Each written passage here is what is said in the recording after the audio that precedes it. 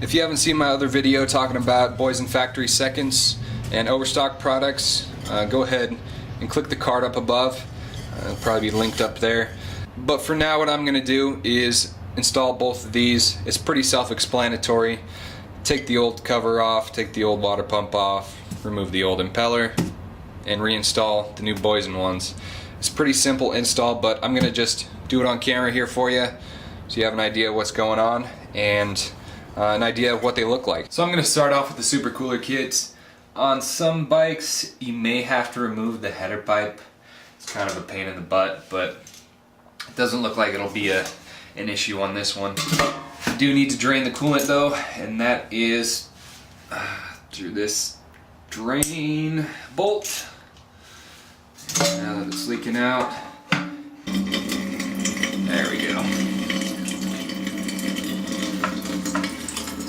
So now if you have or have not spilled coolant everywhere, then you just need to go ahead and remove everything, all bolts for the pump housing, and then the hose clamp there.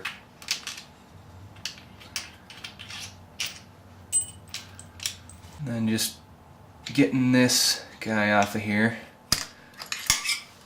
Just pry it from the back and be wary of little spacers that fall out, like that guy. So I'm just going to show you a little comparison of the stock housing and the Boyesen one. A little bit different, a little roomier in this one, and then obviously the inlet portion right there is huge, and it's also got a lot smoother flow there as opposed to the sharp edges coming into here. You can reuse this O-ring here if you want, if it is in good condition. My bike is pretty new, and there's no issues with this, but I mean, if your O-ring is all brittle and stuff, then you're gonna have to replace it. So we got the O-ring placed into there, and now we just need to take off that little nut right there. So with this impeller, I'll show you this. It turns with the engine, so obviously you need to lock up the engine in order to remove that. So you can toss it in gear, hold the back brake, and it shouldn't be on there with a whole lot of force, and try and bust it loose, and just like that. And then on this one we do have a little copper washer hanging out behind it, and I do believe that that just stays on there. Here's a quick comparison of the stock impeller and the Boyesen impeller. Boyesen one is a little bit beefier, it's actually lighter, and a lot larger fins.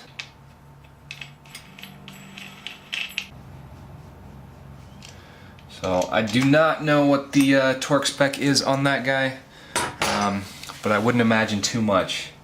So you can look at it in your own manual, or you can just get her just a little past hand tight.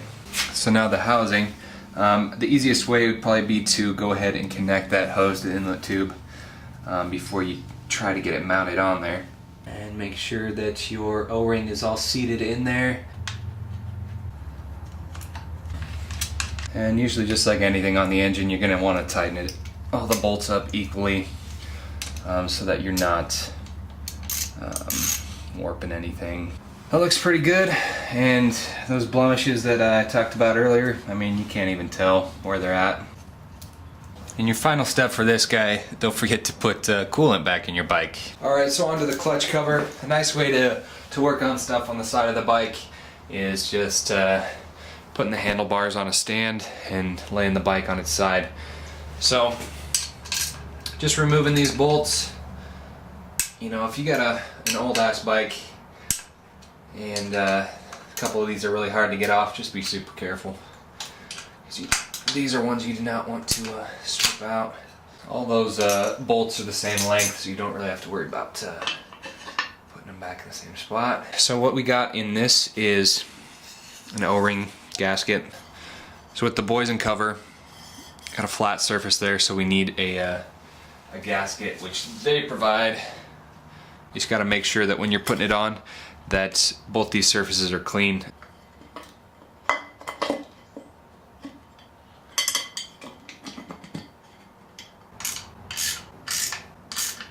So there it is, the Boyesen Supercooler Kit and Boyesen Factory Racing Clutch cover. Good little combo to kind of spice up the side of your bike there. And it looks good with my my all white and red Crf450 here. So there it is, a few good looking parts that also help the performance of the bike out a little bit, especially that Supercooler Kit. It's going to help out a lot when I'm running trails around here in the hot Montana summers. It's like 90, 100 out, and you're pushing your bike to the limits. So combination of the Supercooler Kit and like some engine ice, as well as high pressure radiator cap, all those in conjunction together are gonna help your bike immensely. And I would suggest that the combo of those three things there to anybody that wants to help, you know, manage the heat regulation on their bike. Personally, this is the first supercooler that I've ran on a bike that I've owned, but I've constantly hear awesome things about them, so I'm sure it'll live up to its expectations. I hope you enjoyed this quick little install video. Nothing crazy, just bolting a few parts on. But if you did, hit that like button, throw a comment down below, and any type of affiliate links, if I got them, I'll throw them down below, and also Patreon is always there in the description if you want to support the channel that way. If you're interested in any other parts that I got on this bike, look through the playlist, I'm sure it'll be linked, but otherwise just on my channel there's plenty of videos installing that LotWorks light bar, Moose Racing handguards, skid plates, Chirby's plastic kit, the Devol radiator braces, the Trailtech kickstand. I mean, just everything and anything you can find on my channel. I've also got plenty of build series that you can go through if you want to take a look at those as well. Otherwise, I'll see you in the next video. Peace. All along lane, all along lane, all along lane.